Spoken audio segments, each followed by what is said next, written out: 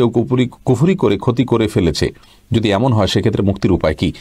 তাহলে সেক্ষেত্রে আপনি কোনো ভালো রাকির কাছে যাবেন, যিনি কোরআন এবং হাদিস অনুযায়ী আপনাকে ঝাড়ফুঁক করবেন এবং কোনো প্রকার শিরকের আশ্রয় নেবেন না, বিদআতের আশ্রয় নেবেন না। এরকম রাকি যারা আছেন, এরকম ঝাড়ফুঁককারী যারা আছেন, কোরআন এবং হাদিসের বাইরে অন্য কিছু করবেন না, অর্থাৎ শিরকি কিছু করবেন না, এরকম কারো কাছে যাবেন। তাহলে সেক্ষেত্রে ইনশাআল্লাহ আপনি ঝাড়ফুঁক করাতে পারবেন। আপনাকে প্রাথমিকভাবে একটা আমল আমরা দিতে পারি, তা হলো সূরা ফাতিহা পড়ে ফু দিবেন, নিজের শরীরে পানিতে ফু দিয়ে খাবেন এবং 3 কুল সূরা ইখলাস, সূরা ফালাক, সূরা নাস এগুলো 3 বার করে ফু দিবেন খাবারে, তেলে, সেগুলো ব্যবহার করবেন, শরীরে মাখবেন, খাবেন এবং সকাল সন্ধ্যা এই 3 কুলের আমল বেশি বেশি করে করবেন ইনশাআল্লাহ বিদিনিল্লাহ। এর মাধ্যমে বিশেষ করে জাদুতে থেকে বাঁচার জন্য রাসূল আকরাম সাল্লাল্লাহু আলাইহি ওয়াসাল্লামকে জাদু করা হয়েছিল, আবিদ ইবনে আসম নামক ইহুদি জাদু করেছিল, সেখান থেকে বাঁচার জন্যই কিন্তু আল্লাহ তাআলা সূরা ফালাক নাজিল করেছেন এবং সূরা ফালাকের অর্থের মধ্যেও সেই বিষয়টি রয়েছে।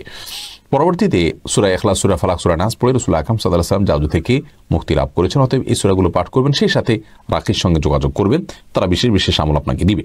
এমডি সাজ্জাদ হোসেন আপনি জানতে চেয়েছেন কিস্তিতে পণ্য ক্রয়ের বিধান কি? কিস্তিতে পণ্য ক্রয় করা জায়েজ আছে ইসলামী শরীয়তের দৃষ্টিকোণ থেকে। কোনো একটা জিনিস আপনি হয়তো নগদে বেচতে 10 টাকা, কিন্তু সেই জিনিসটা আপনি কিস্তিতে ভেঙে ভেঙে দিবেন, সেটার দাম 15 টাকা নিল সে, এবং 5টা কিস্তি বা 10টা কিস্তি বা অনেকগুলো কিস্তি করে দিল, আপনি সেই কিস্তি অনুযায়ী পরিশোধ করে দিলেন, এটি মৌলিকভাবে জায়েজ রয়েছে।